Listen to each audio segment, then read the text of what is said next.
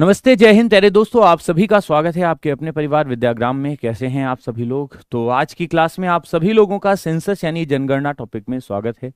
सबसे पहले वो विद्यार्थी एक बार हाथ उठा दें जिन्होंने पहली बार आज की क्लास में जनगणना जो है वो पढ़ना शुरू कर रहे हैं। कई सारे विद्यार्थी होते हैं जिन्होंने जनगणना टॉपिक को पढ़ रखा होता है और कुछ विद्यार्थी होते हैं जो बिल्कुल बेसिक से शुरुआत ही करते हैं जनगणना। तो जो बच्चे इस टॉपिक की शुरुआत कर रहे हैं, मैं आपसे कहूंगा कि आप एक बार अपने हाथ उठा दीजिए और यकीन मानिए ये जो आपका जनगणना टॉपिक है, आप इससे पहले कितना भी पढ़ लिए हों, लेकिन फिर भी आपको यही लगेगा वास्तव में आपने बहुत अच्छे तरीके से अब समझा है, चीजों को बहुत अच्छे से एनालिसिस किया है और सारी चीजें जो हैं वो बहुत आराम से तैयार हो चुकी हैं। तो एक बढ़िया सी मोटिवेशन लाइन है कि जहां पर देव दर्शन हो वहीं भव पार होता है, जहां गुरुओं की वाणी हो वहीं उद्धार होता है, और मुझे लगता नहीं गुरु से बढ़कर कोई दूजा, जहां गुरु होते हैं वहां सब काम बन जाते।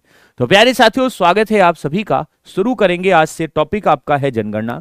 जनगणना में पहले आप सभी को मैं बता दूं क्या पढ़ना है और कैसे क्या क्या चीजों को समझना है। जनगणना साथियों, इसका इतिहास बड़ा इंपॉर्टेंट है और अक्सर एसएससी जीडी में आप देखोगे ना तो विद्यार्थी इस टॉपिक से फंस जाते हैं। जनगणना का इतिहास जो है वो नहीं समझ पाते। वो डायरेक्टली साथियों जनगणना को लेकर आते हैं और वो ये समझते हैं 1872 में मेयो ने शुरू कराया था, वहीं से इतिहास है, जबकि बिल्कुल गलत तरीका है। हम आपको जनगणना की संपूर्ण जानकारी को देंगे, जहां पर आप सभी लोग एक वीडियो ये जो जनगणना का है, जो कि आप सभी का अगर इसी पार्ट में कंप्लीट हो गया तो बेस्ट है, नहीं तो आपको अगला पार्ट मिलेगा। आप सभी लोग दोनों देख लीजिएगा, मजा आ जाएगी। अगर आपको एसएससी जीडी की इन साथियों पोस्ट में बढ़िया रैंक लानी है और अच्छा काम करना है तो तैयार हो जाइए। सुबह 8 बजे आपकी जीके जीएस की क्लास चलती है, 9 बजे रीजनिंग की क्लास, 10 बजे पॉलिटी की क्लास अजीत सर लेते हैं और 11 बजे आपकी हिंदी की क्लास, 12 बजे जस्ट आपकी मैथ की क्लास होती है। तो शुरुआत करेंगे आज के साथियों टॉपिक से और बढ़िया तरीके से एक एक चीज को हम लोग कवर करते हुए चलेंगे, ठीक है? तो मेरे भाई एक बार सभी लोग जल्दी से बता दीजिए कि आप तैयार हैं क्या जनगणना टॉपिक को पढ़ने के लिए, है ना? मैं अपना सब कुछ जिसको कहते हैं ना कंटेंट वाइज सब कुछ देने आपको जा रहा हूं। बस अब आप संभालिएगा इसको और समझिएगा बढ़िया तरीके से। जनगणना जिसको हम सभी लोग सेंसस के नाम से जानते हैं, ये एक ऐसा टॉपिक है जिसमें एसएससी जीडी हर बार साथियों ध्यान रखना क्वेश्चन पूछता ही पूछता है। मतलब ये एक ऐसा बर्निंग टॉपिक आप कह सकते हो कि यहां से हर बार साथियों प्रश्न जो हैं वो एसएससी जीडी में बनते हैं। अगर मैं आपसे पूछूं कि जनगणना जो है इसको दुनिया में पहली बार यानी वर्ल्ड में, अगर मैं आपसे बात करूं वर्ल्ड में फर्स्ट टाइम दुनिया में विश्व में पहली बार, आप बताइए जल्दी से किस देश ने कराई थी? विश्व में पहली बार, विश्व में पहली बार जरा बताइए, आप में से कोई बता सकता है? जनगणना विश्व में पहली बार साथियों इसे कब कराया गया? क्योंकि विश्व से जुड़ा हुआ टॉपिक है, दुनिया कराती है अपने अपने देशों में जनगणना, तो हमको भी ये टॉपिक समझना पड़ेगा। जनगणना को लेकर के भारत का इतिहास क्या कहता है? भारत का इतिहास क्या कहता है? भारत का इतिहास, क्या भारत के इतिहास में, इंडियन हिस्ट्री में ऐसा कोई चैप्टर है जो प्राचीन काल में, यानी आप सभी लोग जब हिस्ट्री ऑफ इंडिया पढ़ेंगे तो उसमें आप सभी लोगों को जनगणना को लेकर के कोई प्रश्न ऐसा मिला जो प्राचीन भारत में दिखा हो? सर प्राचीन भारत में तो हमने पढ़ा था जनगणना को लेकर के, हमें जानकारी ही नहीं पता चली। तो फिर मध्यकाल में आपको पता चली होगी। सर मध्यकाल में भी हमको नहीं पता चली क्योंकि हमने सर पढ़ा ही नहीं था। हम आधुनिक काल में आए तो क्या हमको पता चला? हाँ सर, ऐसा लगता है कि आधुनिक काल से ही भारत में जनगणना की शुरुआत मानी जाती है, ऐसा आप लोग सोच के बैठे होंगे। पक्का है? अगर आपसे मैं पूछता इसके पहले तो आप सभी लोग यही कहोगे गुरुजी हाँ बिल्कुल हमने समझा था। ये जो आधुनिक काल है यहीं से 1872 से मेयो आया था जिसने प्रायोगिक जनगणना कराई थी और 1881 में रिपन ने आधुनिक काल में ही, आप सभी को पता है, नियमित जनगणना कराई थी। सर हमने ये पढ़ा था। सच में अगर आप बताइए इतना ही आपको समझ में आया होगा, अभी तक पढ़ा होगा, चाहे जहां चाहे कितना भी पढ़ लो, मैं सच में कह रहा हूं। अगर आप जनगणना को लेकर के नहीं समझ पाए तो फिर मजा नहीं आएगी। लेकिन मैं आपसे फिर कह रहा हूं, मैं एक एक चीज को इस टॉपिक की आपको लिख लिख करके समझाऊंगा। सेंसस टॉपिक ही ऐसा है जो आप सभी को तभी समझ में आएगा जब हम बात करेंगे इसकी। सबसे पहले प्राचीन काल में पूरे विश्व की अगर हम बात करें, पूरे दुनिया की बात करें, पूरे दुनिया में अगर आपसे कोई पूछे कि बताइए जनगणना सबसे पहले किसने कराई थी, तो बेबीलोन का नाम सुना है सर? सुना है। ये बेबीलोन आप सभी को याद रखना है, मेसोपोटामिया जो साम्राज्य था उसका एक हिस्सा हुआ करता था। तो यहां पर आप चाहो तो लिख लो कि ये मेसोपोटामिया का एक हिस्सा था। मेसोपोटामिया की सभ्यता तो सुनी होगी ना, सिविलाइजेशन ऑफ मेसोपोटामिया, ये आपने सुना होगा। मेसोपोटामिया की जो सभ्यता थी उस सभ्यता यानी सिविलाइजेशन में हम इसको साथियों क्या करेंगे, ऐड कर लेंगे। अब इसकी इंग्लिश आप लिखते जाइएगा, मेसोपोटामिया के सिविलाइजेशन या सिविलाइजेशन ऑफ मेसोपोटामिया। यानी साथियों बेबीलोन में दुनिया में पहली बार जनगणना कराई गई। ये बेबीलोन आज वर्तमान में कहां पड़ता है, तो इसको आप ऐसे लिख लीजिए कि बेबीलोन जो है ये आज वर्तमान में साथियों इराक में पड़ता है। ध्यान रखना, इराक में है। इसका मतलब दुनिया में पहली बार जनगणना जो कराई गई, वर्ल्ड में फर्स्ट बार, पहली बार जनगणना जो है वो बेबीलोन इराक में है, वहां पर कराई गई थी। यह दुनिया का पहला ऐतिहासिक पन्ना है जो जनगणना को लेकर के चल रहा था। इतना हमको समझ में आ गया। सर विश्व को लेकर के और क्या क्या है जनगणना को पॉइंट, तो विश्व में आप जनगणना, आप ऐसे हेडिंग डाल लो, विश्व में जनगणना बहुत आराम से समझना, बढ़िया तरीके से समझा दूंगा, मजा आ जाएगी। ठीक है, विश्व में जनगणना को लेकर के आपने एक पॉइंट तो सुना कि सर पहली बार वर्ल्ड में सेंसस जब पढ़ेंगे तो बेबीलोन नाम की जगह है जहां पर इसको कराया गया था। ठीक है, तो बेबीलोन में आप सभी लोग इसको ऐड करके डाल लेंगे, कोई दिक्कत नहीं है। बेबीलोन पता भी है कि सर ये इराक में है, तो पहली बार इसको इराक में किया गया था। कब हुआ था, तो ये भी आप सभी को याद रखना होगा। आज से साथियों लगभग 5800 साल पहले, यानी उस समय से अगर हम देखें तो 3800 बीसी यानी 3800 साल ईसवी पूर्व में इसको कराया गया था। यह हमें क्लियर हो गया।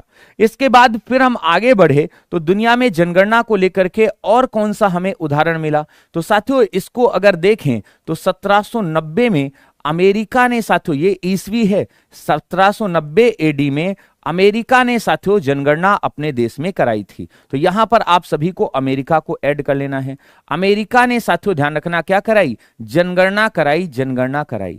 तो इसके बाद अमेरिका ने जनगणना कराई, ये आप सभी लोग याद रखना। अगर विश्व जनगणना की हम बात कर रहे हैं, जो आपके पेपर में सवाल पूछा जा सकता है। अब अगर विश्व जनगणना में भारत को ऐड करोगे तो भारत में साथियों आप बहुत सारे पॉइंट जो हैं वो एक तरीके से अलग से मिलेंगे। अभी भारत की जनगणना का टॉपिक ये बगल में पड़ा हुआ है, इसको भी हम आपको समझाएंगे साथियों। इसके साथ में अगर हम बात करें यहां से आगे की ओर, तो फिर और कौन सा देश था जिसने कराया जो इंपॉर्टेंट है आपके एग्जाम में, तो 1800 एडी में साथियों उस समय दुनिया पर बहुत बड़ा आधिपत्य जमाने वाला ब्रिटेन ने साथियों ध्यान रखना जनगणना कराई। तो ये हम सभी को याद रखना होगा, ब्रिटेन ने क्या कराई, जनगणना जो है वो साथियों कराई। तो इस प्रकार से आप सभी को याद रखना होगा, पहली बार आपको बेबीलोन ने, फिर इसके बाद अमेरिका ने, और फिर इसके बाद 1800 ईस्वी में ब्रिटेन ने जनगणना जो है वो कराई थी। अब मेरे प्यारे साथियों विश्व में जनगणना को लेकर के बस ये 3 पॉइंट अच्छे से याद कर लो। अगर आपको ये तीनों याद हो गए ना तो लिख कर ले लीजिए, इंपॉर्टेंट डालकर लिख लीजिए, इसके बाद आपको परेशान होने की जरूरत नहीं पड़ेगी। विश्व में जनगणना आपको क्लियर हुई कि नहीं, पहले ये बताइए, क्लियर है। अब मेरे भाई आते हैं जरा भारत में जनगणना को लेकर। विश्व में जनगणना पहली बार आपको पता चल गया। अगर हम प्राचीन भारत में भारत की जनगणना को लेकर बात करें तो आप सभी लोग एक हेडिंग डाल लीजिए, भारत में जनगणना। ये आप सभी को इसका इतिहास पढ़ना होगा, या भारत की जनगणना का इतिहास क्या है, जनगणना जो है इसका इतिहास क्या है। तो आप सभी लोग जल्दी से एक सुंदर सी हेडिंग डालिए और मैं आपको इस टॉपिक में समझाऊंगा कि प्राचीन काल में साथियों जनगणना क्या थी, है ना।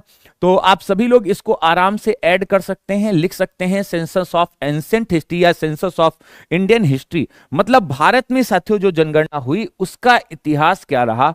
तो सबसे पहले अगर आपसे बात करें, फर्स्ट टाइम बात करें, पहली बार, तो हमारे भारत में सबसे पहले आप ऋग्वेद में जाएंगे ना, तो ऋग्वेद में साथियों ध्यान रखना वर्णन किया गया है आर्थिक स्थिति का। तो याद रखना, ऋग्वेद में वर्णन है किस व्यवस्था का? तो अर्थव्यवस्था का या आर्थिक स्थिति का। ऋग्वेद में आप जाओगे ना तो आपको सामाजिक स्थिति के बारे में बताया गया है। तो जहां पर आर्थिक सामाजिक स्थिति का वर्णन हो वहां पर जनगणना होती है। अब आप में से अच्छा कितने लोग हैं जो जनगणना को जानते हैं? जनगणना क्या है? मुझे एक बात शायद आप सभी लोगों से ये पूछनी चाहिए थी पहले कि जनगणना है क्या। बहुत सारे बच्चे ये समझ ही नहीं पाते जनगणना के बारे में कि जनगणना यानी सेंसस क्या है।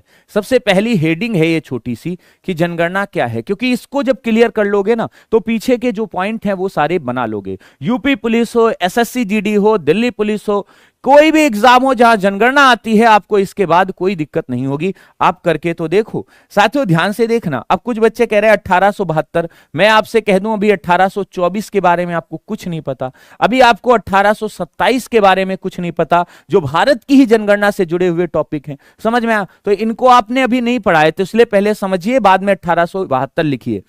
अगर जनगणना की बात करें, जनगणना क्या है, तो हम सभी को ध्यान रखना होगा जनगणना क्या होता है। तो साथियों ध्यान रखना, लोगों की गणना करना। सिंपल सा साथियों ध्यान रखना, लोगों की क्या करना? लोगों की गणना। ध्यान रखना लोगों की गणना, क्योंकि यहां पर लिखा क्या है? जन। अब लोगों की गणना का मतलब जन की गणना करना। जन मतलब पीपल होता है, आप सभी को पता है लोग होते हैं। तो जन की गणना करना मतलब जनगणना करना, आराम से आप कर लोगे।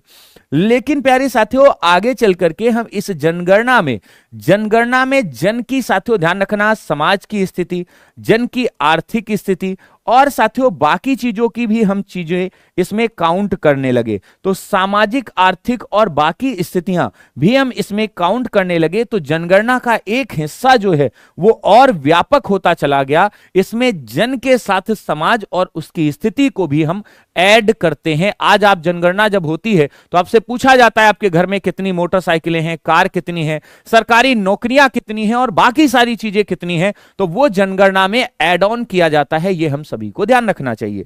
तो अगर आपने जनगणना को समझना शुरू किया तो ये ध्यान रखिएगा, हमारे भारत में सबसे पहला उदाहरण, ध्यान रखना अगर आपसे कोई पूछे पहला उदाहरण प्राचीन काल में अगर आपसे कोई पूछेगा तो हम सभी लोगों को मिलेगा ऋग्वेद में। कोई दिक्कत नहीं, आराम से करना।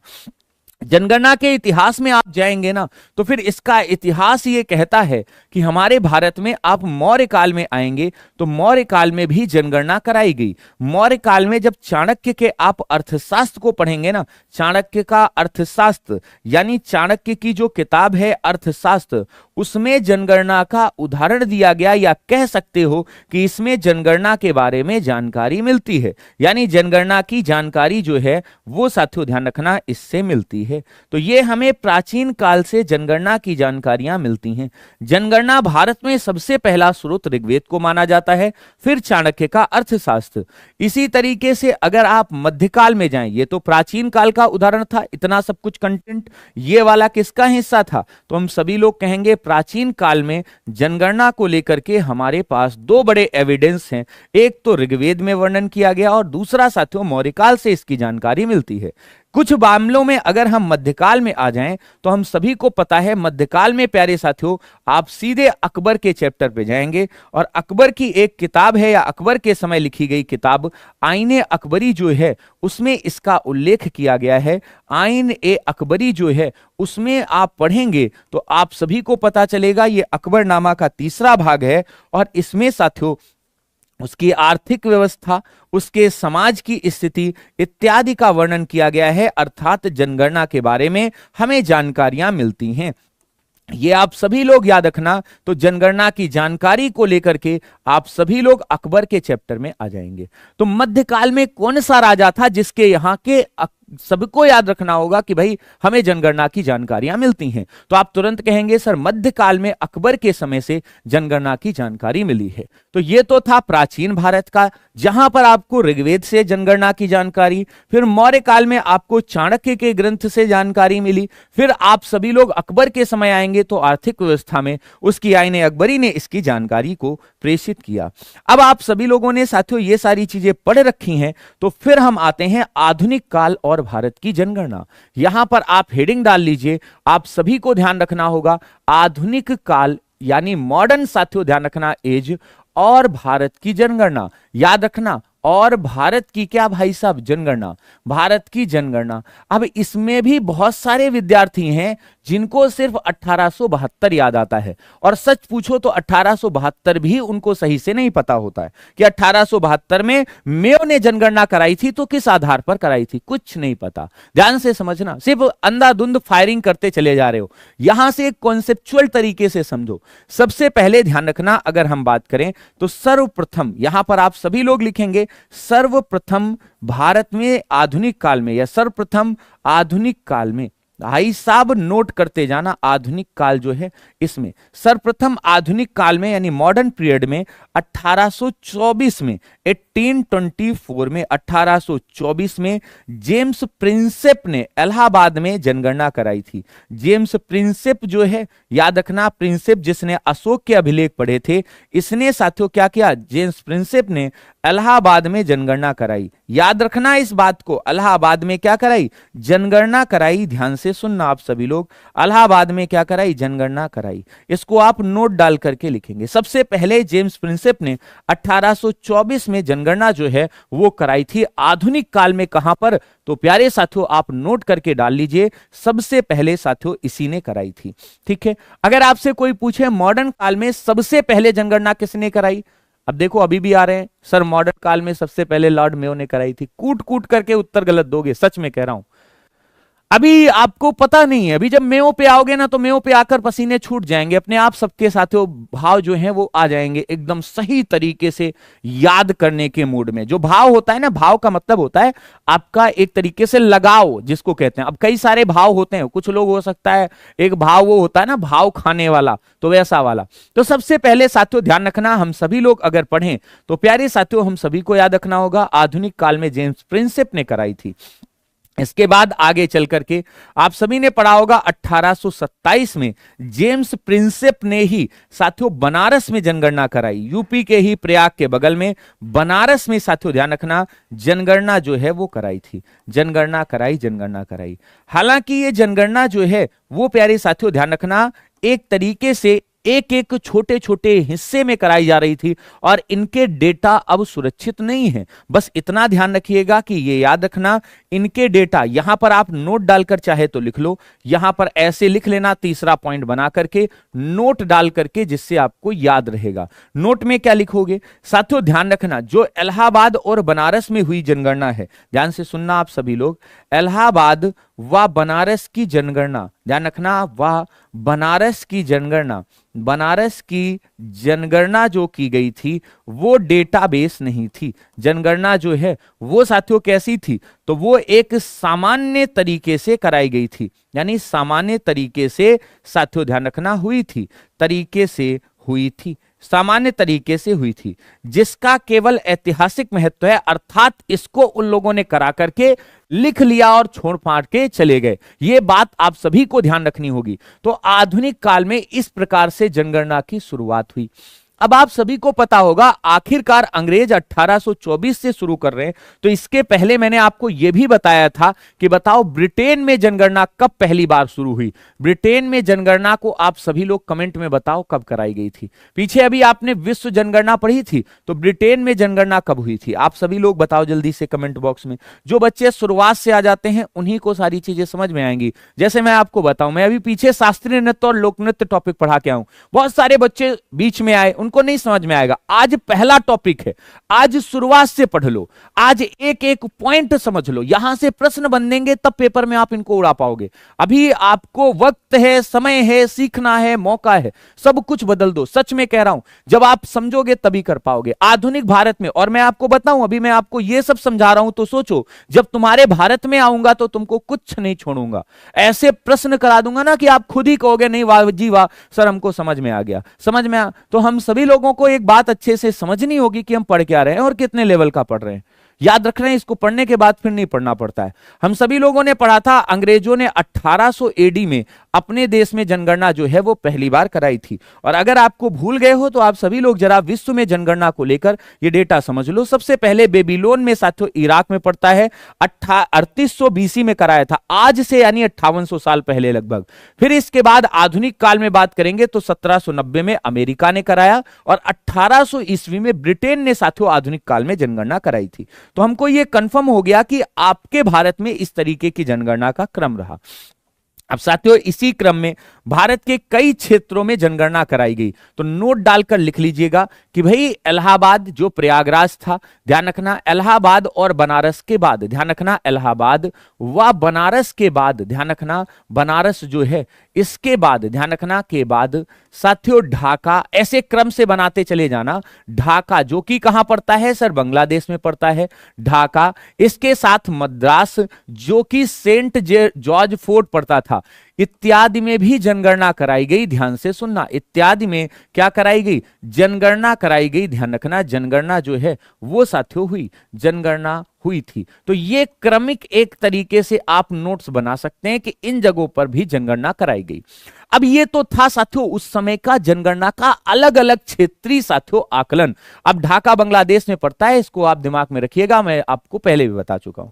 फिर इसके बाद आधुनिक काल में अगर हम बात करते हैं तो आप सभी लोगों ने एक चर्चित नाम सुना होगा, मेयो का चैप्टर। याद है, इसके आगे लॉर्ड में नहीं लगा रहा हूं, आप सभी लोग लगा लीजिएगा, चाहे तो आप लिख भी लीजिएगा। ये 1869 में भारत में आया और 1872 तक भारत का गवर्नर रहा था लॉर्ड मेयो। इसने क्या किया, इसने भारतीय लोगों को बहुत सभ्य बनाने की कोशिश करी। तो इसके लिए इसे चाहिए होगा डाटा। तो इसने क्या किया, भारत में आप सभी को पता है 1872 में 1872 में साथियों ध्यान रखना भारत में पहली बार जनगणना की प्लानिंग की, या भारत में पहली साथियों जनगणना की प्लानिंग की। याद रखना जनगणना जो है उसकी क्या की, जनगणना की प्लानिंग की, अभी जनगणना कराई नहीं है, ध्यान रखना प्लानिंग यानी योजना बनाई। अब इस योजना में उसने क्या किया, उसने कुछ क्षेत्रीय गांवों का साथियों ध्यान रखना, या कुछ क्षेत्रों का, आप ऐसे लिख लीजिए, कुछ क्षेत्रों का साथियों क्या किया, डाटा जो है वो मंगाया, या कुछ क्षेत्रों की गणना जो है वो कराई। ध्यान रखना गणना कराई और इसके बाद में पूरे भारत का इसी से आकलन कर दिया। ध्यान रखना पूरे भारत का साथियों क्या कर दिया, पूरे भारत का इसी से क्या कर दिया, पूरे भारत का अनुमान लगा दिया। ध्यान रखना अनुमान लगा दिया, लगा दिया। अब इसका क्या मतलब हुआ, इसका मतलब यह हुआ कि ऊपर की जो जनगणना हो रही थी वो इलाहाबाद एक क्षेत्र था छोटा सा, इसके बाद बनारस का या ढाका या मद्रास, ये अलग अलग साथियों हिस्सों में की गई जनगणनाएं थी।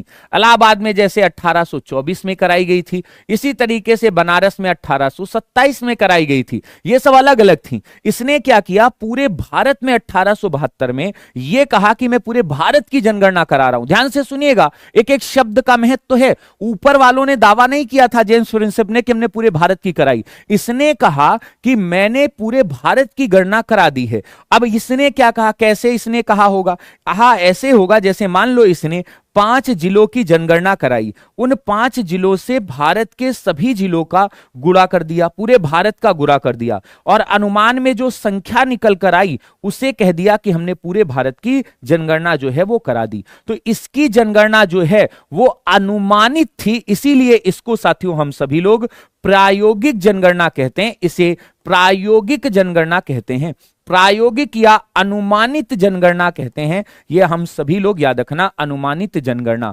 अब यह बात आप सभी को समझ में आ गई होगी कि ऊपर वाली जनगणनाओं से यह जनगणना में अंतर क्या था। एक बार जल्दी से बताइए कि क्या ऊपर वाली जनगणना से आप सभी लोग इस जनगणना का अंतर समझ पाए, जरा बताइए जल्दी से।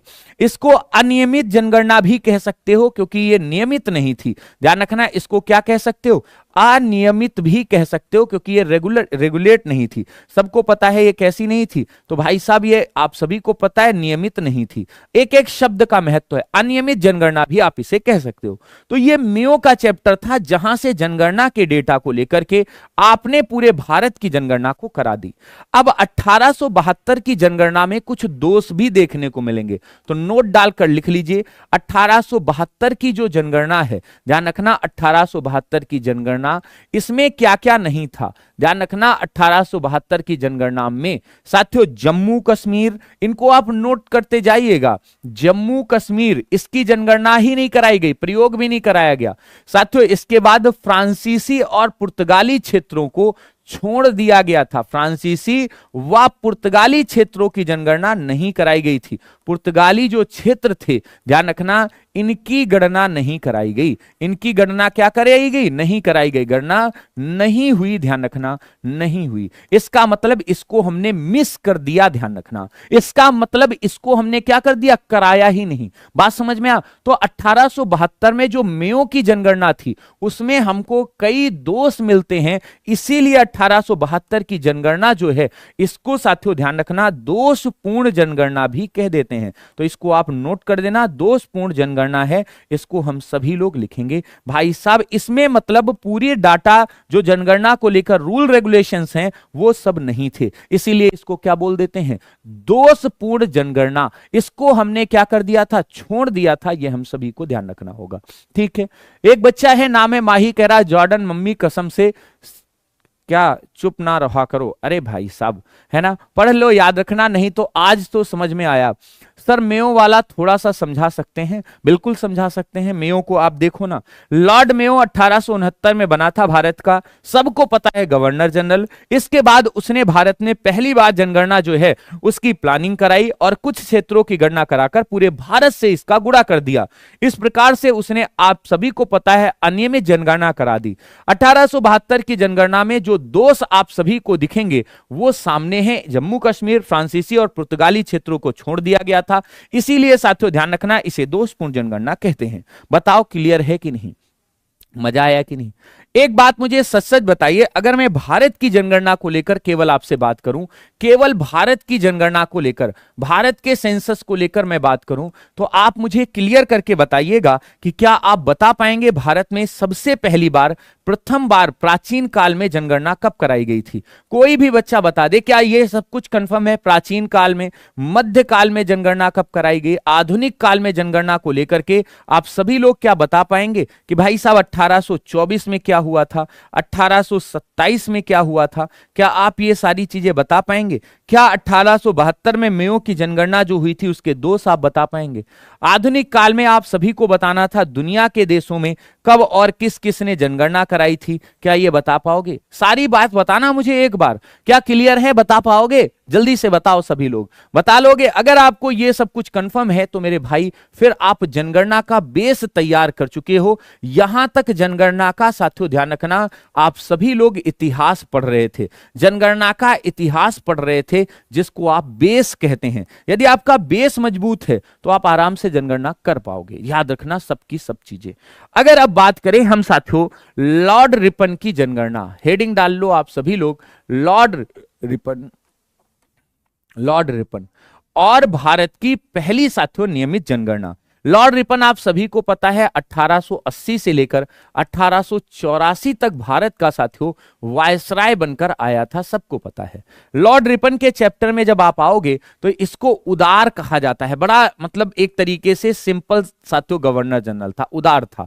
इसने क्या किया, 1881 में भारत की साथियों नियमित जनगणना करा दी। ध्यान से सुनिएगा, क्या कराई, भारत की नियमित जनगणना करा दी, नियमित जनगणना करा दी। नियमित जनगणना जो है वो प्यारे साथियों क्या कर दी, करा दी। इसका मतलब है इसने एक एक क्षेत्र की गणना कराई थी, एक एक क्षेत्र की। ये हम सभी लोगों को याद रखना होगा, इसको पहली प्रायोगिक जनगणना कहते हैं, पहली प्रामाणिक जनगणना कहते हैं, पहली प्रामाणिक साथियों ध्यान रखना जनगणना कहते हैं, प्रामाणिक साथियों ध्यान रखना जनगणना भी कहते हैं, पहली प्रामाणिक जनगणना भी कहते हैं। साथियों ये जो 1881 की जनगणना है, इसी से वर्तमान जनगणना की तुलना की जाती है, इसी से वर्तमान जो जनगणना है उसकी तुलना की जाती है, यानी वर्तमान जनगणना जो है उसको साथियों ध्यान रखना तुलना की जाती है, ध्यान रखना जनगणना की तुलना होती है। यहां पर आप की ऐड कर लेना, ठीक है। तो ये होता है। अगर हम इस आधार पर देखें तो जो अभी साथियों 2027 की जनगणना है, 2026-27 की जो जनगणना चल रही है, वो आप सभी को बताना है कौन से नंबर की है। इस 2026-27 की जनगणना का क्रम क्या है आप सभी लोग बताइए, जल्दी से बता दो फटाफट। बाकी बीच की जनगणनाओं का इतिहास है जो मैं आपको पूरा समझाऊंगा, तभी आपको बढ़िया से क्लियर होगा। जल्दी से बताओ, अगर आपने पढ़ा है, अब देखो गिनती अच्छे से आती है तो कोई दिक्कत नहीं। 1881 में पहली हुई थी तो दूसरी 1891 में होगी, तीसरी वाली 1901 में होगी, चौथी वाली 1911 में होगी, पांचवी वाली 1921 में होगी, छठी वाली 1931 में होगी, सातवीं वाली 1941 में होगी और आठवीं जनगणना 1951 की, जो कि हमारी आजादी के बाद पहली जनगणना थी। इसके बाद अगर हम नवी जनगणना की बात करें तो 1961 में, 10वीं जनगणना 1971 में, 11वीं जनगणना 1981 में और 12वीं जनगणना 1991 में। 13वीं जनगणना जो कराई गई वो कराई गई 2001 में और 14वीं जनगणना जो कराई गई वो प्यारे साथियों हम सभी को पता है कराई गई 2011 में। अब यहां पर आप सभी लोग गिनोगे तो एक आपकी 1881 की थी, 1 2 3 4 5 6 7 8 9 10 11 12 13 14। अब आप सभी लोगों ने सुना होगा कि हमारे आधुनिक समय में जो जनगणना कराई गई वो 15। एक बच्चा कह रहा है सीजेपी को ट्रस्ट को सपोर्ट करो। बेटा हम गए थे, हम सबसे पहली बात तो सीजेपी यानी कॉकरोच जनता पार्टी या बाकी चीजों से हटकर हम अपने विद्यार्थियों के लिए गए थे। कॉकरोच जनता पार्टी हो या कोई भी राजनीतिक दल हो, अगर वो साथियों देश की बात करता है, अपने बच्चों की बात करता है, बच्चों के भविष्य की बात करता है, तो हम उनके साथ सदैव खड़े हैं। लेकिन मैं आपसे फिर कहूंगा कि यदि आप जो भी बालक इस बात को अपने दिमाग से अलग करके सोच रहे हैं कि नहीं नहीं हम तो मतलब अंधभक्त बन जाएं, वैसा हमारे बस में नहीं है। हम आपसे फिर कहेंगे, आप में से कोई अगर इस तरीके की कैसी भी कोई बात करता है तो उसके लिए वो खुद अपने हिसाब से तैयार रहे। मैं आपसे फिर कहूंगा है ना कि अपने तरीके से आप करिए, ठीक है। तो ये सारी चीजें आपको देखने को मिलेंगी, ठीक है, कोई दिक्कत नहीं, आराम से आप करते जाइए। आप सभी लोगों को पता है साथियों, यहां पर आप सभी लोग गणना कर सकते हैं। तो हमारी जनगणना जो है वो अभी कौन सी चल रही है, 16वीं वाली। आराम से कॉकरोच जनता पार्टी, ये सारी चीजें जो हैं है ना, बातें नहीं करेंगे। इंग्लिश में भी लिख दें, इंग्लिश में बेटा लिख देंगे, बहुत सारी चीजें मैंने ट्रांसलेट कर दी है। जैसे रिपन को आपको मैंने ट्रांसलेट कर दिया है, आप कर लेना। पहली रेगुलेट जनगणना या नियमित जनगणना को हम सभी लोग काउंट कर सकते हैं। तो ये सारी चीजें जो हैं वो आप सभी को याद रखना होगा।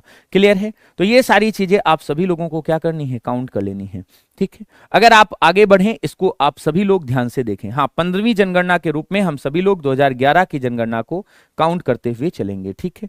ये आप सभी को पता है, ये 15वीं जनगणना थी। अब आप सभी लोग ध्यान से देखोगे तो इसको कहते हैं टोटली जनगणनाओं में 15वीं जनगणना, ठीक है। अब यहां से प्रश्न बनता है, 1881 में हमने पहली जनगणना जो है वो कराई थी। अगर आपसे कोई पूछ दे कि बताओ हमारे देश की 5वीं जनगणना कौन सी थी, तो 1921 वाली जनगणना 5वीं जनगणना थी। ये जो 1905वीं वाली जनगणना थी, 1921 वाली जो जनगणना थी जिसको 5वीं जनगणना कहते हैं, इसका एक अपने आप में इतिहास है। 1971 वाली जो जनगणना है उसका एक अपने आप में इतिहास है। आप सभी को पता है, इस क्रम में अगर हम देखें तो 16वीं जनगणना हमारी कब होनी चाहिए थी, तो 16वीं होनी चाहिए थी 2021 में, सबको पता है। लेकिन कोविड की वजह से इसको नहीं कराया जा सका। सब जानते हैं कोविड-19 की वजह से इसे हम नहीं करा पाए, सबको पता है। तो इस वजह से जो अभी जनगणना हो रही है वो हमारी 16वें नंबर की क्रम से जनगणना है। तो 2026-27 की जो जनगणना आप पढ़ने वाले हैं, डिजिटल जनगणना चल रही है, ये 16वीं जनगणना होगी। समझ में आ? ये आप सभी लोग याद रखना। क्लियर है? बहुत ही शानदार। तो यहां पर आप सबसे पहले मुझे बताइए, जो जनगणना रिपन के समय से शुरू हुई थी उसका इतिहास कुछ समझ में आया, उसका कुछ चैप्टर समझ में आया? ये आप सभी लोग याद रखना। क्लियर है? अब आप सभी लोगों ने नियमित जनगणना को कर लिया है, सारे क्वेश्चन आप सभी लोगों को एक तरीके से बढ़िया से समझ में आ गए हैं। तो अब आ जाइए जनगणना का एक तरीके से कुछ संवैधानिक स्थिति पर बात कर लेते हैं। एक प्रश्न आता है, जनगणना जो है उसकी कॉन्स्टिट्यूशन में क्या जगह है, जनगणना की संवैधानिक स्थिति क्या है, संविधान इसमें क्या क्या एक तरीके से प्रावधान करता है, संवैधानिक स्थिति क्या है। तो कॉन्स्टिट्यूशनल साथियों कंडीशन क्या है हमारे देश की, सेंसस जो है उसकी। तो यहां पर आप सभी लोग हेडिंग डाल लेंगे छोटी सी, कॉन्स्टिट्यूशनल कंडीशन। संवैधानिक साथियों स्थिति को लेकर के हम बात कर लेते हैं। अगर आपसे कोई पूछे जनगणना जो है वो भारतीय संविधान के किस अनुच्छेद में है, कोई बताएगा जल्दी से? जनगणना भारतीय संविधान के किस भाग में आती है, कोई बताएगा? जनगणना भारतीय संविधान के किस अनुसूची में आती है, ये आप सभी को बताना होगा। किस अनुसूची में आती है ये आपको बताना होगा। संवैधानिक स्थिति पता चल गई। फिर जनगणना को लेकर दूसरा हिस्सा आता है। बताइए जो जनगणना हमारी कराती है, मतलब जो जनगणना होती है, उसको मंत्रालय कौन सा एक तरीके से कराता है, कौन सा मंत्रालय है जो कराता है? ठीक है, मंत्रालय बताना होगा। इसके बाद जनगणना को लेकर के एक प्रश्न आता है कि बताइए जनगणना जो कराई जा रही है, अभी भी जो हमारी चल रही है जनगणना, उसके लिए आधार अधिनियम कौन सा था? तो पहला अधिनियम कौन सा था जो जनगणना को लेकर के बनाया गया था? तो पहला अधिनियम आप सभी को बताना होगा इसको लेकर के। तो ये संवैधानिक जनगणना की कुछ स्थिति है जो आप सभी से पेपर में आपके पूछ सकता है, आपको याद करनी होगी और बढ़िया तरीके से समझना होगा। ठीक है, स्लो स्लो पढ़ाओ बेटा, इससे स्लो भी कुछ हो सकता है? मुझे तो नहीं लग रहा, आपको शायद लग रहा होगा कि हम तेजी से पढ़ा रहे, लेकिन मैं तो बहुत आराम से समझा समझा के सिखा रहा हूं। बताओ एक बार आप सभी लोग हैं जनगणना की अगर हम संवैधानिक स्थिति की बात करें, आप सभी लोगों ने सुना होगा केंद्र राज्य संबंध आर्टिकल 246 में इसको आप पढ़ेंगे। भारतीय संविधान के किस भाग में आपको मिलेगा? तो भाग 11 आप सभी को इसका मिल जाएगा जो जनगणना की बातें बताता है। अनुसूची अगर हम बात करें तो 7 में सारी चीजें दी गई हैं जो आप सभी लोगों ने सुना होगा, आपको याद होगा कि ये केंद्र राज्य संबंध के बारे में बताता है, अर्थात आप सभी को पता है। जनगणना को लेकर के अगर आपसे कोई पूछे तो अनुसूची की भी बात करें तो ये आप सभी को बताना होगा। यहां पर मैं आपको 7वीं अनुसूची में बता दूं, इसमें 3 सूचियां होती हैं। 3 सूचियां होती हैं, 3 सूचियां होती हैं। एक तो आपकी संघ सूची होती है, आप सभी को पता होना चाहिए। दूसरी राज्य सूची आपको पता होना चाहिए और तीसरी आपकी समवर्ती सूची होना चाहिए। अब इसमें से जनगणना किस सूची में आता है ये बताओ जल्दी से। जनगणना किस सूची में आता है आप सभी लोग बताओ जल्दी से। जनगणना किस में आता है ये आपके उत्तर का मैं जवाब दूंगा। जनगणना भारत में गृह मंत्रालय के द्वारा कराई जाती है, यानी गृह मंत्रालय जो है इसी के अधीन साथियों ध्यान रखना एक जनसंख्या नियंत्रण और महारजिस्ट्रार जो होता है वो साथियों जनगणना को कराता है। इसको जनगणना आयुक्त जो है वो साथियों कह देते हैं हम सभी लोग अलग से।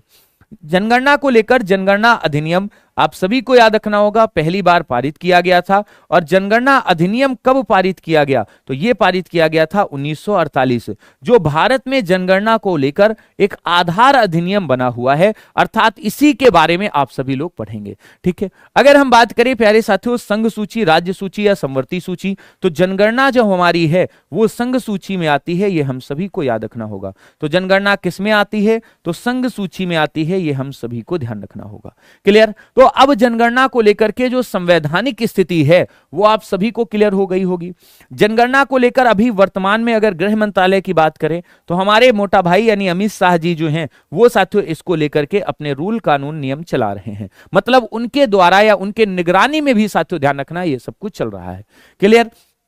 तो ये आप ध्यान रखना, जनगणना की कॉन्स्टिट्यूशनल साथियों कंडीशन आपको पता चल गई, आर्टिकल पार्ट और साथियों शेड्यूल आपको पता चल गया, कौन सी मिनिस्ट्री इसको कराती है। तो हम सभी को पता है गृह मंत्रालय जिसके अमित शाह हैं। और अगर आपसे कोई पूछे आजादी के बाद पहली जनगणना जो कराई गई थी उसको याद करो तो सरदार वल्लभ भाई पटेल उस समय साथियों ध्यान रखना आप सभी को याद होगा अध्यक्ष थे जो इसको करा रहे थे, क्योंकि जनगणना आप सभी को पता है गृह मंत्रालय का हिस्सा है और पहले गृह मंत्री वही थे। तो यह जनगणना की संवैधानिक स्थिति आपके सामने है। अब मेरे प्यारे भाई आप सभी लोग जरा देखो, जनगणना से जुड़े हुए कुछ क्वेश्चंस हैं जो मैं आप सभी से पूछना चाहूंगा। सबसे पहला सवाल ध्यान से सुनो और प्रश्न का उत्तर देखना। एक एक प्रश्न का अपना महत्व है, एक एक प्रश्न की अपनी एक वैल्यू है। जीके जीएस स्पेशल क्लास है जो आप सभी लोग हमारे साथ पढ़ रहे हैं, और उठाओ अपने गांडीव धनुष को और सबके सब कह दो कि इस बार जनगणना स्वाहा कर देंगे। जल्दी से बताओ फटाफट। क्लियर है? हाँ भाई साहब, बुक आने वाली है 24 तारीख को, एक इवेंट लगा हुआ है, आप सभी लोग उसको जरूर लाइक कर लें, बहुत बढ़िया तरीके से समझ में आ जाएगा। तो सभी लोग एक बार सभी लोग शेयर कर दें क्लास को और बताइए भारत में प्रथम जनगणना किस शासक के समय आयोजित की गई थी? बताओ जल्दी से। लॉर्ड लिटन के समय, जेम्स नेपियर के समय, ऑकलैंड के समय, मेयो के समय? हम सबको पता है। इस प्रश्न को समझो जरा, हमने आपसे क्या कहा था? भारत में प्रथम जनगणना की की बात कर रहा है। यहां पर ना तो उसने नियमित कहा ना अनियमित कहा, लिख लीजिए, ना नियमित की बात की ना अनियमित की बात की, ना नियमित की बात की और ना ही अनियमित की बात की, अनियमित की बात की, अनियमित की बात की। तो ऐसे में साथियों ये प्रश्न क्या है? अधूरा है। लिखो जल्दी से, प्रश्न क्या है? अधूरा है। प्रश्न अधूरा है। अब अधूरा प्रश्न है तो इसका उत्तर भी अधूरा ही होगा। इसका उत्तर क्या होगा? उत्तर भी अधूरा होगा। उत्तर भी क्या होगा? अधूरा होगा। अब आपको समझाने में मुझे कोई दिक्कत नहीं। अब उत्तर अधूरा होगा, इसका मतलब याद रखना, कभी भी इन दोनों प्रश्नों के उत्तर एक साथ नहीं देगा, कोई एक दे देगा जिससे कि तुम ढूंढ पाओ, जिससे कि तुमको अगर बेसिक पता है तो आराम से कर पाओगे। तो मेरे भाई फिर तो आप जानते हो लिटन के समय ऐसा कुछ हुआ नहीं था, नेपियर के समय हुआ नहीं, ऑकलैंड के समय हुआ नहीं, तो सिर्फ लॉर्ड मेयो आप लगा लोगे, जिसके समय हम आप सभी को पता है पहली बार अनियमित जनगणना कराई गई थी 1872 वाली। तो हम इसी को अनुमानित करके काउंट कर लेते हैं, बस खेल खत्म हो गया। अब जो बालक जीवन में कभी नहीं पढ़ा होगा ना, उसको भी यह बात समझ में आ गई होगी कि भैया ना तो इसने नियमित कहा ना अनियमित कहा, प्रश्न अधूरा है, तो उत्तर भी इसका अधूरा ही मिलेगा। इसका मतलब पूरा उत्तर नहीं देगा। पूरा उत्तर का मतलब दोनों ऑप्शन कभी नहीं देगा। लिख कर ले लो और इसके बाहर सवाल नहीं जाएगा। आपसे मैं फिर कह रहा हूं, एक बार क्लियर कर लोगे ना टॉपिक, मजा आ जाएगा। ठीक है, आगे चलो और सारे क्वेश्चन को अच्छे से समझो। ठीक है, मजा आ जाएगा। ठीक है, एक बार आप सभी लोग बढ़िया से समझोगे ना तो कर पाओगे प्रश्न, नहीं तो आप सभी लोग वैसे ही कर पाओगे जो करते चले आ रहे हो। अब देखो जल्दी से क्वेश्चन बताओ। क्वेश्चन कह रहा है कि 10 की जनगणना कराने की जिम्मेदारी निम्नलिखित में से किस मंत्रालय पर है? जल्दी से बताओ। अब इसका इतिहास अगर मैं आपसे पूछूं तो आप सभी लोग बता दोगे सर बिल्कुल सही है, क्योंकि जनगणना अधिनियम 1948 पारित किया गया था। जनगणना अधिनियम 1948 आप सभी को पता है हमारा पारित हुआ था। उसमें तय कर दिया गया था कि जनगणना देश के गृह की बात है, अर्थात गृह की बात है, तो गृह मंत्रालय इसको कराएगा। और इसके लिए पहली बार मंत्रालय जो है वो सरदार वल्लभ भाई पटेल, और अगर वर्तमान की बात करें तो आप सभी को पता है अमित शाह जी हैं। साथियों आप सभी को पता होगा अमित शाह जो हैं वो इसको कराने वाले हैं। क्लियर है? तो आप सभी लोग कहोगे सर गृह मंत्रालय की देन है, यानी मिनिस्ट्री ऑफ होम अफेयर्स जो है वो इसको कराती है। समझ में आया है कि नहीं? जिसका उद्देश्य पढ़ना होगा ना वो आराम से कहीं भी बैठकर सीख लेगा और याद कर लेगा इस प्रश्न को भी। क्लियर करते चलना, कोई ऐसा वैसा प्रश्न नहीं है कुछ भी आप लगा दो, सूचना प्रसारण मंत्रालय, ये सब दुनिया भर की चीजें वो आप सभी लोग अपने तरीके से मैनेज करना। हमारा काम है साथियों ध्यान रखना, आप सभी लोगों को केवल समझाना। अब प्रश्न आता है, बताइए भारत में जनगणना संगठन के लिए सर्वोच्च पद कौन सा होता है? वरिष्ठ तकनीकी निर्देशक का, महारजिस्ट्रार जनगणना आयुक्त भारत सरकार का, उप महारजिस्ट्रार का, या साथियों जनगणना अधिकारी का? अब ये आप सभी लोगों को बताना होगा, जल्दी से बताओ। YouTube पर पूरा कराइएगा ना? हाँ बिल्कुल कराएंगे भाई, जितना YouTube पर अभी आपका सिलेबस है वो मैं आपको पूरा कराने वाला हूं, टेंशन मत लो। ठीक है, जल्दी से बताओ। जनगणना के लिए अगर आपसे मैं पूछूं सर्वोच्च पद इनमें से कौन होता है तो आप सभी लोग बता देंगे आराम से, कोई दिक्कत नहीं है। जल्दी से बताइए फटाफट। क्लियर है? जल्दी से बताओ, जल्दी से बताओ, जल्दी से बताओ, जल्दी से बताओ। तो आप सभी लोगों को पता है, पीछे आप पढ़ करके आए हो, सीख करके आए हो। अगर हम बात करें यहां पर एक पॉइंट नोट डाल करके आप सभी लोग बनाते चलिएगा। अगर आपसे कोई पूछे हमारे देश की साथियों 2011 की जनगणना कौन से नंबर की थी तो आप सभी लोग कहोगे सर 15वें नंबर की थी। 15वीं जनगणना थी, ये तो सबको पता है। लेकिन अगर कोई कह दे कि आजादी के बाद कौन से नंबर की थी तो आजादी के बाद वाली आप सभी को याद करना होगा। आजादी के बाद अगर आपसे कोई पूछे तो 1951 वाली पहली, 61 वाली दूसरी, आप सभी को पता है। फिर इसके बाद 71 वाली तीसरी, 81 वाली चौथी, 91 वाली पांचवी, और 2001 वाली आप सभी को पता है छठी, और 2011 वाली बोलो बोलो जल्दी से, तो हम सभी लोग कहेंगे 7वीं थी। ये आप सभी को याद रखना होगा। महासाथियों ध्यान रखना, रजिस्ट्रार और जनगणना आयुक्त आप सभी को मिल जाएंगे, सबको याद रखना होगा। क्लियर है? कॉन्सेप्ट समझ लोगे तो मजा आ जाएगा। ठीक है, इंग्लिश में भी आपको मिलेगा, हिंदी में भी मिलेगा, सब कुछ मिलेगा, आप करके देखो तभी मजा आएगा। ठीक है, क्लियर है? अब आ जाओ, एक और प्रश्न है, कह रहा है 2011 की जनगणना के कार्य इनमें से कितने चरणों में किए गए थे। अब ये वाला प्रश्न आपको 2011 की जब जनगणना अभी कराऊंगा तब आपको करा दूंगा। इसी तरीके से 2026-27 की जो जनगणना है इसको बताओ कितने चरणों में कराया जा रहा है जनगणना। इसके अगर स्टेजेज आपसे पूछ दे, चरण पूछ दे, तो जल्दी से कमेंट में बताओ। हम सभी लोगों को याद रखना होगा 2011 की जनगणना को कराया गया था प्यारे साथियों कितने चरणों में, याद करो 2 चरणों में। याद है आप सभी को? तो तुरंत आप कहोगे सर 2 चरणों में। और 2026-27 की जनगणना भी अभी 2 ही चरणों में संचालित की जा रही है। कोई दिक्कत नहीं है, आराम से करते चलोगे और बढ़िया तरीके से चीजें सीखते चलोगे। जल्दी से बताइए फटाफट से आप सभी लोग आराम से एक एक चीज को, ठीक है, बहुत ही शानदार तरीके से समझिएगा, ठीक है। कुछ साथियों कॉन्सेप्ट अगर आपके क्लियर हो जाते हैं ना तो बढ़िया सवाल आपके निकल आते हैं और उत्तर आप सभी लोगों के बढ़िया निकलते हैं, ठीक है। जल्दी से बताओ। अब आप सभी के सामने एक प्रश्न है जो अपने आप में एक कॉन्सेप्ट है। मैं इसको एक कॉन्सेप्ट को आपको सबसे पहले समझाता हूं। कॉन्सेप्ट क्या है, ध्यान से सुनो आप सभी लोग जरा। कह रहा है 2000 बताइए भारत की जनगणना के इतिहास में इस दशक में भारत की जनसंख्या वृद्धि की ऋणात्मक दर जो है वो रिकॉर्ड की गई थी, मतलब जनसंख्या पहले की तुलना में घट गई थी। तो अब सभी लोग ध्यान से समझिएगा और प्रश्न को जरा निकालिएगा। हम सभी लोगों ने सुना था सर 1911 से लेकर 1921 के बीच में हुआ ये कि हमारे भारत में फ्लू और साथियों ध्यान रखना प्लेग जैसी गंभीर बीमारियां जो हैं वो फैल गई थीं।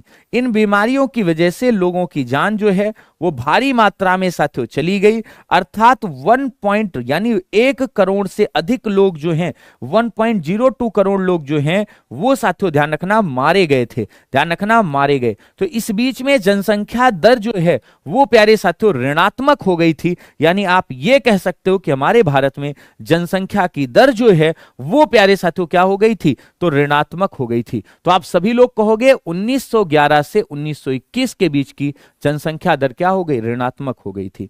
कोई दिक्कत नहीं, ये आप कर लोगे, बहुत आराम से कर लोगे, बड़ा साधारण से कर लोगे। अब बताओ इसी पर आधारित एक क्वेश्चन है, कह रहा है बताइए भारत के जनसंख्या इतिहास में 1901 से 1921 की अवधि को, ये वाली जो अवधि है 20 वर्षों की, इसको क्या माना जाता है, किस रूप में इसको मानते हैं। जल्दी से बताओ फटाफट से, बढ़िया तरीके से सीखिएगा। और एक बार फिर कह रहा हूं जनगणना नहीं आती है तो नहीं आएगी, ध्यान रखना, समझ में आया, जनगणना नहीं आती है तो नहीं आएगी, ये बात आप नोट डालकर लिख लो। और अगर एक बार आपने मेरे से पढ़ लिया तो फिर आप भूल जाओगे कि जनगणना कभी नहीं आई थी। समझ में आया? मजा आ रहा है सीखने में? एक बार सभी लोग देखो, इतने चालाक हैं ये बालक कि भाई शेयर किसी को नहीं करेंगे। कसम खाकर बैठे हो, शेयर तो करना पड़ेगा, अगर मेहनत कोई टीचर करे तो करना पड़ेगा। इसमें आप सभी लोग बताइए क्या कह सकते हो आप। तो आप सभी लोग कहोगे कि सर हासमान चरण था, हास का मतलब नुकसान होता है, लॉस हो गया, ध्यान से देखो सभी लोग, लॉस हुआ था क्या, या स्थिर रही थी मतलब स्टेबल रही थी, कोई ना तो बढ़ा ना तो घटा, विस्तार हुआ यानी एक तरीके से साथियों ध्यान रखना क्या हो गया, प्लस हो गई। तो हम सभी लोग कहेंगे जनगणना साथियों ध्यान रखना 2011 से लेकर 2021 के बीच में साथियों बढ़ी तो, गति तो मिली लेकिन बहुत स्लो रही, तो इसको कहते हैं गतिहीन यानी बहुत स्लो। यानी हम सभी लोग इसको कह सकते हैं कि जनगणना जनसंख्या तो बढ़ी लेकिन जिस रेशियो में था वो रेशियो नहीं प्राप्त हो सका। कुछ बालक कहेंगे हासमान चरण था, हासमान चरण जो है वो 1911 से 1921 का था, ये पहले तुम पहचान चुके हो, इसी वजह से तुमको ये सवाल नहीं कराया था। समझ में आया? हम जानते थे तुम फंसोगे, तुमको फंसाने के लिए ही तो रखा था सवाल। अरे नाम है अंकित सर, थोड़ा तो कम से कम रखेंगे ना लेवल अपना। ऐसे कोई हवाबाजी में आया और जनगणना पढ़ा के चला गया, महफिल लूट के चला जाएगा। अरे अंकितेश्वर महाराज की क्लास में पढ़ रहे हो, कुछ तो दबदबा होना चाहिए। समझ में आ? अरे अंतिम एक चुनौती दे दो सीमा पार पड़ोसी को, गीदड़ कायरता ना समझे हम सिंगों की खामोशी को। हमको अपने खट्टे मीठे बोल बदलना आता है और हमको अब भी दुनिया का भूगोल बदलना आता है। दुनिया के सरपंच हमारे थानेदार नहीं लगते, भारत की प्रभुसत्ता के कोई ठेकेदार नहीं लगते, और तीर तनीक कमानों वाले जिस दिन हम छोड़ेंगे, जैसे ढाका तोड़ा था लाहौर कराची भी तोड़ेंगे। भारतीय सेनाओं और साथियों इंडियन आर्मी पर विश्वास है हमें। अगर भारत की तरफ किसी बुरी ताकत ने नजर मारी तो भाई साहब नजर ही बदल देंगे इस बार। आ जाओ जल्दी से, एक बार बढ़िया तरीके से साथियों समझ लो। क्लियर है? तो ये मजा आया कि नहीं? जल्दी से बताओ। क्लियर है? बढ़िया तरीके से समझना और प्रश्नों के उत्तर देना, ठीक है? बहुत ही शानदार, जबरदस्त तरीके से समझिएगा। क्लियर है? आ जाओ जल्दी से एक और कॉन्सेप्ट समझते हैं। जनसंख्या के इतिहास में भारत में भाई साहब किन दशकों को विस्फोट की अवधि कहा जाता है? बहुत सारे लोग एकदम साथियों, हाँ एक बच्चा कह रहा है दबदबा था, दबदबा है, दबदबा बना रहेगा। अरे भाई साहब विद्याग्राम परिवार है, मेहनत करोगे साथियों आपका भी दबदबा होगा एक दिन भर्ती पर। अगर हम जनसंख्या विस्फोट की बात करें तो आप सभी लोग जानते हैं हमारे देश में 1961 से लेकर 1971 तक देश आजाद हुआ था। खूब साथियों जनसंख्या को लेकर के प्लानिंग की गई। साथियों ध्यान रखना, मतलब लोग क्या कर रहे थे? आजाद हो चुके थे, हमारे देश को क्या मिल चुकी थी? आजादी प्राप्त हो चुकी थी। आजादी क्या हो चुकी थी? प्राप्त हुई, सबको पता है। इसकी पहली वजह तो ये थी। दूसरी आप सभी लोग जानते हैं 1966-67 में हमारे देश में हरित क्रांति आ गई, जिसके कारण से खाद्यान्न का उत्पादन तेजी से बढ़ गया। तो गांव घर के लोग जो हैं उनको भाई साहब खूब मस्त तरीके से खाना पीना भी एक तरीके से उपलब्ध होने लगा। तो भारत के इतिहास में आप सभी लोग जब पढ़ेंगे तो 1961 से 1971 के बीच की जो आपको अवधि मिलेगी, जो ये टाइम पीरियड मिलेगा ना, वो बहुत भयंकर तरीके से आप सभी लोग देखेंगे जनसंख्या में वृद्धि कराएगा। तो यहां पर आप सभी लोगों को देखना होगा कि भाई साहब जनसंख्या विस्फोट की अवधि किसे आप कहोगे, तो आप सभी लोग याद रखना 1971 का वर्ष जो है वो जनसंख्या विस्फोट का कहा जाता है। तो आप सभी लोग इस पूरे टाइम पीरियड को ही आप मेंशन कर लीजिए, क्योंकि उसने पूरा एक वर्ष नहीं बल्कि पूरा एक 30 वर्ष का बंच पूछा था। अब आप सभी लोग कह सकते हो कि 1961 से लेकर 71 इस बीच में आता है, तो आप इसे ही लगाएंगे। सर 1961 से 71 इसमें नहीं आता, इसमें नहीं आता, इसमें नहीं आता, तो आप एक ही बच रहा है, इसको लगा लेंगे। थोड़ा सा माइंड बहुत तेजी से साथियों बढ़ाइएगा, ये हम सभी लोगों को याद रखना होगा। ठीक है, मजा आ रहा है कि नहीं? जल्दी से बताओ। अगर आपने साथियों समझा है तो आप कर लोगे, ठीक है, बढ़िया तरीके से। अगर आपने किया है, समझा है, तो आप कर लोगे। अब आप आते हैं साथियों जनगणना 2011 को लेकर के। जरा ध्यान से देखिए, बुरा मत मानिएगा, हमने जनगणना का इतिहास अगर सच में पढ़ा दिया हो तो एक बार सब लोग दिल भेज करके बताना कि हाँ सर पढ़ाया था। जनगणना का इतिहास पढ़ाया बढ़िया तरीके से आप सभी लोगों को, दिल से बताना, झूठ मत बोलना। आप सभी लोगों ने जनगणना को पढ़ा विश्व में, बेबीलोन मेसोपोटामिया में। भारत में आप सभी को बताया कैसे क्या हुई। बेबीलोन में पहली बार हुई, फिर अमेरिका में, फिर ब्रिटेन में 1800 में हुई थी। भारत की जनगणना प्राचीन काल में ऋग्वेद में, मौर्य काल में आप सभी को पता है चाणक्य ने, और अकबर के समय आईने अकबरी में इसका उल्लेख है। जनगणना क्या है? लोगों के साथ सामाजिक आर्थिक व्यवस्थाओं की गणना करना। अब जनगणना में आता है आधुनिक काल में जनगणना सबसे पहले 1824 में जेम्स प्रिंसिप ने इलाहाबाद में कराई, फिर बनारस में 1827 में कराई गई। इलाहाबाद और बनारस की जनगणना सामान्य तरीके से हुई थी, यह हम सभी लोगों को क्लियर है। अगर हम बात करें इलाहाबाद और बनारस के बाद साथियों ढाका, मद्रास इत्यादि में जनगणना कराई गई। मेयो ने साथियों 1872 में पहली बार पूरे भारत में साथियों प्लानिंग करके एक तरीके से जनगणना कराई थी, लेकिन यह प्रायोगिक साथियों ध्यान रखना एक तरीके से या अनुमानित या अनियमित जनगणना कही जाती है। सच में बताना आप सभी लोग क्या समझ में आया? भारत में साथियों ध्यान रखना कुछ क्षेत्रों की इसने गणना कराई थी, पूरे भारत का लेकिन अनुमान लगा दिया था, यानी 5 जिलों को जैसे कराया तो गुणा भारत से करके और संख्या बता दी। 1872 की जो जनगणना थी उसमें कुछ दोष थे, जम्मू कश्मीर, फ्रांसीसी क्षेत्र और पुर्तगाली क्षेत्रों को इसमें शामिल नहीं किया गया था। इस वजह से इस जनगणना को दोषपूर्ण जनगणना के रूप में भी हम साथियों पढ़ते हैं। अगर हम भारत की जनगणना की बात करें तो आप सभी लोगों को हमने प्राचीन, मध्य और आधुनिक काल की सारी चीजें बता दी थी। फिर लॉर्ड रिपन के समय कैसे जनगणना में परिवर्तन आया, 1881 में भारत की नियमित जनगणना कराई गई। इसको पहली प्रामाणिक या इसी को वर्तमान जनगणना से तुलना की जाती है। आप सभी लोगों ने जनगणनाएं भारत की देख ली, 16वीं जनगणना को देख लिया 2021 में, जो कोविड की वजह से नहीं हो पाई थी। 2026-27 में इसको हम पढ़ेंगे। 15वीं जनगणना आप सभी को पता है 2011 की थी, चंद्रमौली ने कराई थी, और आप सभी को पता है आजादी के बाद ये 7वीं जनगणना थी। इसके बाद जनगणना को लेकर के हमने आपको उसकी संवैधानिक स्थिति बताई, किस अनुच्छेद में पड़ता है, किस भाग में पड़ता है, किस अनुसूची में पड़ता है, और अनुसूचियों में भी किस अनुसूची के अंतर्गत आता है, मंत्रालय कौन सा है जिसके अधीन साथियों आप सभी लोग रजिस्ट्रार को पाएंगे जो जनगणना को कराता है। इसके बाद पहला अधिनियम जनगणना को लेकर के कब पारित किया गया, जिसके तहत अभी भी वर्तमान में जनगणना साथियों हम सभी लोग एक तरीके से करते हैं। तो बताओ जल्दी से, क्या आपको जनगणना क्लियर हुई?